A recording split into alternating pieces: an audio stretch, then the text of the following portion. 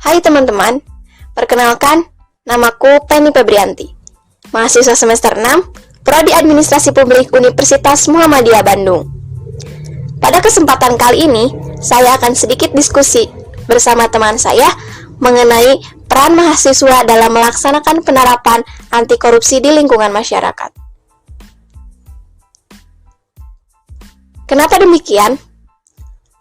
Karena kita ketahui bahwa saat ini Indonesia sudah dipandang sebagai negara korupsi. Korupsi di Indonesia sudah dipandang sebagai kejahatan yang luar biasa. Tetapi, entah mengapa, walaupun korupsi sudah dikatakan sebagai kejahatan yang luar biasa, korupsi ini terus terjadi. Korupsi terus merajalela. Apakah ada yang salah? Siapa yang salah? Negara kitakah yang salah? Atau manusianya yang salah? Tentu hal ini menjadi misteri. Karena hal ini tak kunjung berhenti. Harus ada yang merubah hal ini. Nah, langsung saja saya bersama teman saya akan membahas tentang peran mahasiswa dalam penerapan anti korupsi di masyarakat. Nah, selanjutnya saya akan membahas terlebih dahulu tentang gerakan anti korupsi itu seperti apa. Gerakan anti korupsi itu upaya untuk pemberantasan korupsi. Nah, pemberantasan korupsi di sini tidak akan pernah lepas dari peran masyarakat, karena tanpa peran masyarakat, hal itu tidak akan pernah berhasil. Peran masyarakat di sini itu sangat penting untuk gerakan anti korupsi, karena gerakan ini bertujuan untuk menumbuhkan budaya anti korupsi di masyarakat. Dengan mempunyai 3 strategi. Yang pertama itu pencegahan, penindakan, dan peran serta masyarakat. Salah satu upaya pemberantasan korupsi adalah dengan sadar melakukan suatu gerakan anti korupsi. Nah, kenapa sih korupsi itu bisa terjadi? Apa yang menyebabkan hal itu terjadi? Nah, penyebab korupsi itu terjadi karena 3 faktor utama. Yang pertama itu niat, terus kesempatan, terus kewenangan. Niat itu unsur yang timbul dalam diri kita untuk melakukan sesuatu, untuk melakukan tindakan sesuatu. Nah, untuk kesempatan lebih terkait dengan sistem yang ada. Nah, untuk kewenangan itu yang dimiliki seseorang yang mempunyai kewenangan dan memperkuat kesempatannya yang tersedia. Nah, meskipun muncul niat dan kesempatan itu terbuka, tetapi jika tidak ada kewenangan, korupsi itu tidak akan terjadi karena ketiga ini itu saling berkaitan. Nah, untuk menghindari ketiga faktor utama tadi, kita bisa melakukannya dengan nilai-nilai anti korupsi, yang dimana nilai-nilai anti korupsi itu mempunyai 9. Yang pertama itu jujur, yang kedua disiplin, yang ketiga tanggung jawab, yang keempat adil, yang kelima berani, yang keenam peduli, yang ketujuh kerja keras, yang kedelapan sederhana, dan yang kesembilan itu mandiri.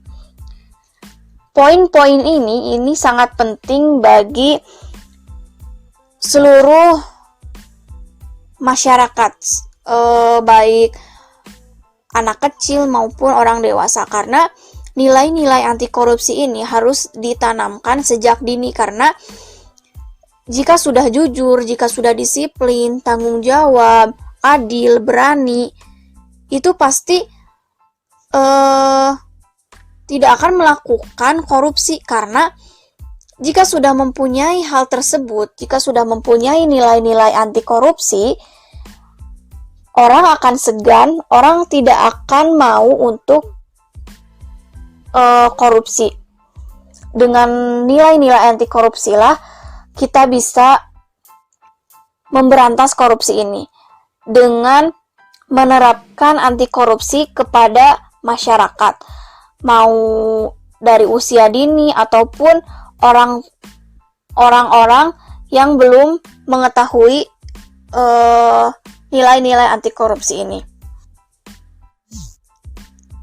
Tidak hanya nilai-nilai anti korupsi yang penting, tapi prinsip-prinsip anti korupsi juga ini penting. Nah, di dalam prinsip-prinsip anti korupsi itu ada akuntabilitas. Akuntabilitas adalah kesesuaian antara aturan dan pelaksanaan kerja. Terus ada transparansi. Transparansi merupakan prinsip yang mengharuskan semua proses kebijakan dilakukan secara terbuka, sehingga segala bentuk penyimpangan dapat diketahui oleh publik. Terus kewajaran. Prinsip kewajaran dimaksud untuk mencegah adanya ketidakwajaran atau manipulasi dalam penganggaran. Terus kebijakan. Prinsip kebijakan adalah prinsip anti korupsi yang dimaksud agar mahasiswa dapat mengetahui dan memahami tentang kebijakan anti korupsi. Terus ada kontrol kebijakan. Kontrol kebijakan adalah upaya agar kebijakan yang dibuat benar-benar efektif dan menghapus semua korupsi. Sedikitnya terdiri dari 3 model atau bentuk kontrol terhadap kebijakan pemerintah, yaitu partisipasi, evolusi, dan revolusi. Prinsip-prinsip anti korupsi ini sangat penting karena tidak hanya hal tadi ya, nilai-nilai anti korupsi, tapi prinsip-prinsip anti korupsi juga bisa mencegah terjadinya korupsi, karena jika orang sudah berprinsip, itu tidak akan melakukan hal-hal yang di luar aturan. Dan jika pemerintah ataupun yang membuat kebijakan ataupun yang ingin korupsi, harus paham tentang prinsip-prinsip anti korupsi ini, karena jika sudah paham, mungkin untuk melakukan korupsi itu mikir 2 kali karena sudah paham bagaimana jika terjadinya korupsi. Nah, nilai-nilai dan prinsip-prinsip anti korupsi ini harus diketahui oleh seluruh masyarakat. Nah, selanjutnya yaitu peran mahasiswa dalam mencegah tindak korupsi. Apalagi pemuda, khususnya mahasiswa, adalah aset paling menentukan pada kondisi zaman di masa mendatang. Mahasiswa adalah salah satu bagian dari gerakan pemuda. Belajar dari masa lalu, sejarah telah membuktikan bahwa perjalanan bangsa ini tidak lepas dari kaum muda yang menjadi bagian kekuatan perubahan. Tokoh-tokoh Sumpah Pemuda 1928 telah memberikan semangat nasionalisme, bahasa, bangsa dan tanah air yang satu, yaitu Indonesia. Peristiwa Sumpah Pemuda memberikan inspirasi tanpa batas terhadap gerakan-gerakan perjuangan kemerdekaan di Indonesia. Peranan tokoh-tokoh pemuda lainnya adalah Proklamasi Kemerdekaan tahun 1945, Orde Baru 1966, Reformasi tahun 1996. Nah, hal ini tidak dapat dipungkiri bahwa peristiwa-peristiwa besar tersebut mahasiswa tampil di depan sebagai motor penggerak dengan berbagai gagasan, semangat, dan idealisme yang mereka miliki dan jalankan. Untuk konteks sekarang, dan mungkin masa-masa yang akan datang, yang menjadi musuh bersama masyarakat adalah praktek bernama korupsi. Betul kan? Korupsi itu memang sangat jahat. Nah, di sini peran penting mahasiswa tersebut tidak dapat dilepaskan dari karakteristik yang mereka miliki, yaitu intelektualitas, jiwa muda, dan idealisme. Dengan kemampuan intelektual yang tinggi, jiwa muda yang penuh semangat, dan idealisme yang murni, telah terbukti bahwa mahasiswa selalu mengambil peran penting dalam sejarah perjalanan bangsa ini. Dalam beberapa peristiwa besar, perjalanan bangsa ini telah terbukti bahwa mahasiswa berperan penting sebagai agen of change, yaitu agen perubahan. Mahasiswa didukung oleh kompetensi dasar yang mereka miliki, yaitu inteligensi, ide-ide kreatif, kemampuan berpikir kritis, dan keberanian untuk menyatakan kebenaran. Dengan kompetensi yang mereka miliki tersebut, mahasiswa diharapkan mampu menjadi agen perubahan. Mereka mampu menyuarakan kepentingan rakyat, mampu mengkritisi kebijakan-kebijakan yang koruptif, dan mampu menjadi watchdog lembaga-lembaga negara dan penegak hukum. Karena yang saya tadi jelaskan bahwa jika bukan mahasiswa, siapa lagi yang akan mendobrak, yang akan memperbaiki hal ini gitu. Dikarenakan mahasiswa sudah berperan penting dari zaman dahulu sampai zaman sekarang. Nah, yang sekarang belum terberantas itu yaitu korupsi. Nah, di sini peran mahasiswa sangat penting. Ya mungkin untuk menanggapi juga ya. Jadi peran mahasiswa sendiri ya dalam mencegah tindak korupsi gitu ya, pemuda khususnya, mahasiswa adalah aset paling menentukan kondisi dari zaman tersebut gitu, apalagi di masa depan nanti. Jadi mahasiswa ya mungkin adalah salah satu bagian dari gerakan pemuda. Belajar dari masa lalu ya, kita sama-sama tahu ya, sejarah telah membuktikan gitu bahwa perjalanan bangsa ini ya tidak lepas dari kaum muda yang menjadi bagian kekuatan perubahan. Tokoh-tokoh dari Sumpah Pemuda misalkan 1928 telah memberikan semangat nasionalisme dari bahasa, bangsa, dan tanah air yang satu yaitu Indonesia gitu. Peristiwa Sumpah Pemuda misalkan ya, Sumpah Pemuda ini memberikan inspirasi tanpa batas terhadap gerakan-gerakan perjuangan kemerdekaan di Indonesia. Peran tokoh-tokoh pemuda lainnya adalah proklamator kemerdekaan tahun 1945. Ya kita sama-sama tahu gitu ya. Lalu lahirnya Orde Baru tahun 1966 tadi sudah dikatakan juga, dan reformasi tahun 1998. Tidak dapat dipungkiri gitu ya, bahwa dalam peristiwa-peristiwa besar tersebut mahasiswa tampil di depan sebagai motor penggerak dengan berbagai gagasan, semangat, dan idealisme gitu yang mereka miliki. Jadi untuk konteks sekarang dan mungkin masa-masa yang akan datang, yang menjadi musuh bersama masyarakat adalah praktek bernama korupsi, yang mungkin kita akan membahas soal itu. Jadi peran mahasiswa ini tidak dapat dilepaskan dari karakteristik yang mereka miliki, yang mungkin dijelaskan ataupun mungkin teman-teman juga sudah sama-sama mengetahui bahwa intelektualitas, jiwa muda, dan idealisme. Dengan kemampuan intelektual yang tinggi, jiwa muda yang penuh semangat, dan idealisme yang murni, telah terbukti bahwa mahasiswa telah mengambil peran penting gitu ya dalam sejarah perjalanan bangsa ini. Dan beberapa peristiwa besar perjalanan bangsa ini telah terbukti juga mahasiswa berperan penting sebagai agen perubahan atau agen of change. Mahasiswa didukung oleh kompetensi dasar yang mereka miliki, yaitu inteligensia, ide-ide kreatifnya, kemudian kemampuan berpikir kritis, dan keberaniannya untuk menyatakan kebenaran. Jadi dengan kompetensi yang mereka miliki tersebut, mahasiswa diharapkan mampu menjadi agen perubahan. Mereka mampu menyuarakan kepentingan rakyat, mampu mengkritisi kebijakan-kebijakan yang koruptif, dan mampu menjadi watchdog lembaga-lembaga negara dan penegak hukum. Nah, itu mungkin kita sama-sama sepakat gitu ya untuk soal itu. Dan kemudian terkait dengan isu pemberantasan korupsi di bangsa ini, peran mahasiswa sangat diperlukan karena korupsi sendiri merupakan suatu kejahatan yang luar biasa dengan mungkin kita bisa sebut extraordinary of crime yang sedang mewabah gitu ya dalam setiap sendi kehidupan berbangsa dan bernegara, yang membutuhkan penanganan masif. Di sisi lain, kedudukan mahasiswa dengan segala sifat ideal yang dimilikinya menjadi faktor pendukung gitu dalam menciptakan struktur dan kultur anti korupsi.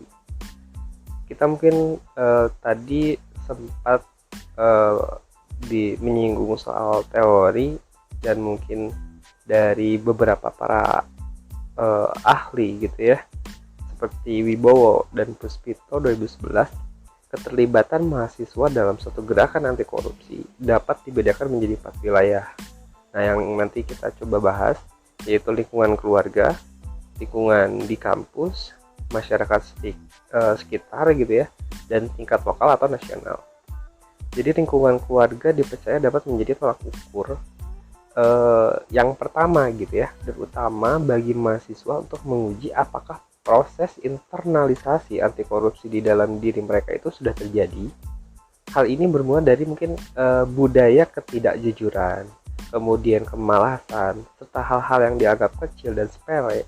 Namun notabene sebenarnya budaya itu dimulai dari sini. Keterlibatan mahasiswa dalam gerakan anti korupsi di lingkungan kampus mungkin dimulai dari pembenahan terhadap diri dan kampusnya. Dengan kata lain, mahasiswa harus mendemonstrasikan bahwa diri dan kampusnya harus bersih dan jauh dari perbuatan korupsi. Begitu. Mungkin kalau misalnya saya pribadi sekarang ada di Universitas Muhammadiyah Bandung, kemudian dengan birokrasi di dalamnya, kita sama-sama untuk menjaga dan menjauhkan dari hal-hal yang memunculkan nantinya terjadi korupsi di situ gitu. Maka ada yang namanya pencegahan di sana. Kemudian untuk mewujudkan hal-hal tersebut, upaya pemberantasan korupsi juga dimulai dari awal masuk perkuliahan. Seperti mungkin sekarang adalah masa-masa penerimaan mahasiswa baru ya.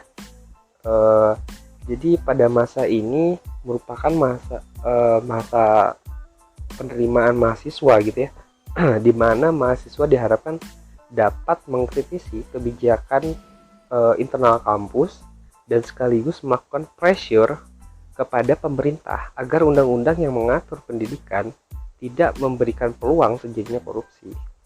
Di samping itu, mahasiswa melakukan kontrol terhadap jalannya penerimaan mahasiswa baru dan melaporkan kepada pihak-pihak yang berwenang atas penyelewengan yang ada. Nah, kemudian selain itu juga ya, mahasiswa juga melakukan upaya edukasi terhadap rekan-rekannya ataupun calon mahasiswa untuk menghindari adanya praktik-praktik yang tidak sehat dalam proses penerimaan mahasiswa.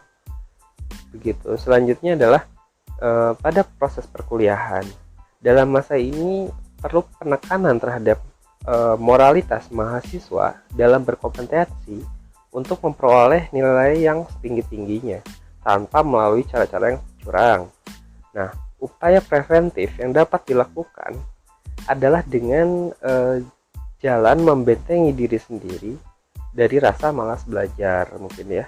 Hal krusial lainnya dalam masa ini adalah masa penggunaan dana yang ada di lingkungan kampus untuk diperlukan upaya investigatif berupa melakukan kajian kritis terhadap laporan-laporan pertanggungjawaban, realisasi penerimaan dan pengeluarannya.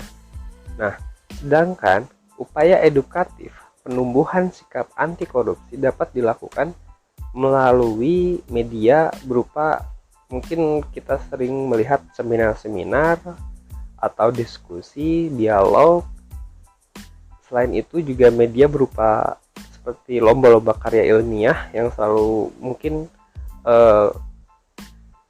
banyak sekali lembaga-lembaga yang mengadakan ini gitu, dan itu adalah salah satu edukasi yang sangat baik gitu ya.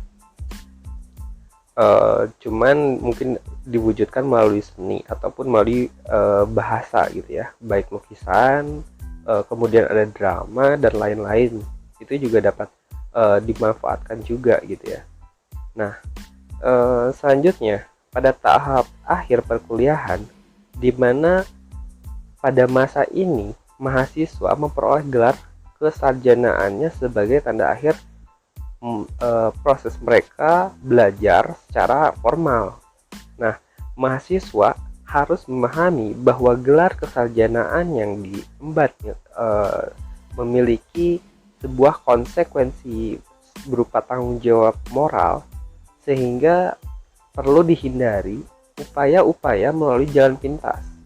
Keterlibatan mahasiswa dalam gerakan anti korupsi di masyarakat dan di tingkat lokal atau nasional terkait dengan status mahasiswa sebagai seorang warga negara yang mempunyai hak dan kewajiban yang sama dengan masyarakat yang lainnya Hal ini tentu bisa menjadi bagaikan pisau yang bermata dua. Itu mungkin kita sering mendengarnya begitu ya.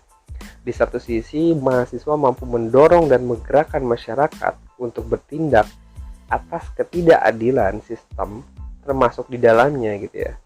Tindakan penyelewengan jabatan dan korupsi, sedangkan di sisi yang lain mahasiswa merupakan faktor penekan bagi penegakan hukum bagi pelaku korupsi serta pengawal bagi terciptanya kebijakan publik yang berpihak kepada kepentingan masyarakat banyak.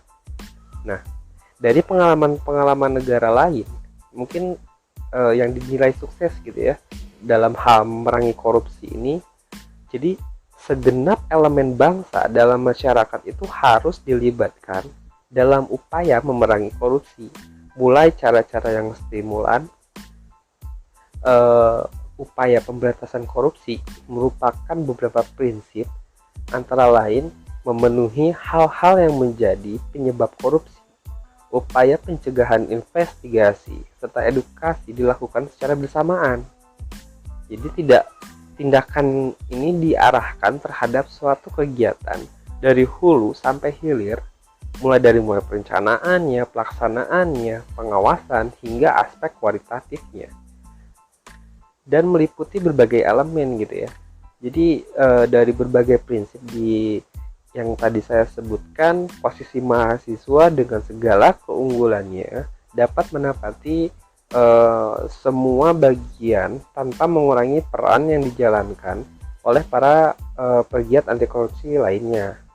Nah, mungkin itu sedikit penjelasan bagaimana mahasiswa dalam gerakan anti korupsi di lingkungan kampus gitu ya, yang tadi mungkin saya jelaskan dari pertama kali masuk, kemudian dalam proses belajar hingga sarjana gitu ya.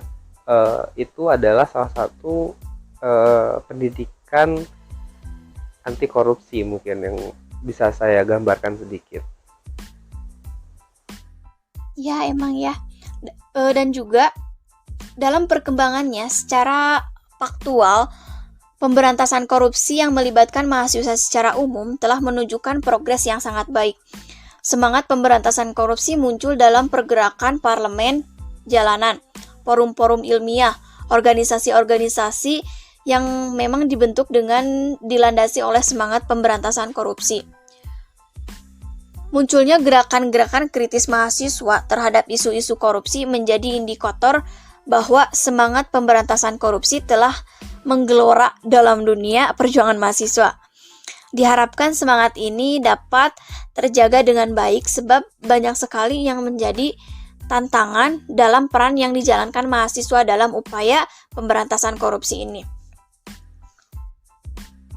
Nah, ya dimulai dari kekuasaan, terus modal koruptor yang biasa saja menggeser idealisme perjuangan dari intelektual, kultural ke arah politik yang pragmatis, yang transaksional, budaya hedonisme dan konsumtif yang menyebabkan sikap acuh tak acuh dan membunuh nalar kritis. Jika hal itu terjadi, sangat bahaya untuk mahasiswa. Instrumen kebijakan kampus yang membatasi kebebasan berpendapat mahasiswa dan kurangnya perhatian, dukungan, kerjasama oleh pihak lain yang sebenarnya bisa bersinergi dengan perjuangan mahasiswa dalam memberantas korupsi, serta faktor lain yang bisa saja mengikis semangat perjuangan mahasiswa dalam upaya pemberantasan korupsi. Nah, hal itu bisa diambil kesimpulan bahwa peran mahasiswa itu sangat-sangat penting bagi pemberantasan korupsi. Karena yang sudah saya jelaskan dan teman saya jelaskan, karena mahasiswa itu sudah menjadi pendobrak dan sudah menjadi penggerak, sudah menjadi pahlawan bagi bangsa ini, tidak menutup kemungkinan bahwa mahasiswa juga yang akan bisa memberantas korupsi itu menjadi tidak ada di negara ini. Mungkin dicukupkan sekian informasi yang bisa saya sampaikan dan teman saya sampaikan. Semoga yang kalian dengar itu dapat memberikan informasi yang bermanfaat. Dan juga terima kasih sudah menonton sampai habis. Semoga apa yang saya dan teman saya informasikan bisa mendobrak hati teman-teman untuk melek tentang kondisi Indonesia sekarang, khususnya tentang korupsi. Karena korupsi ini sangat bahaya jika tidak diberantas. Kalian setuju?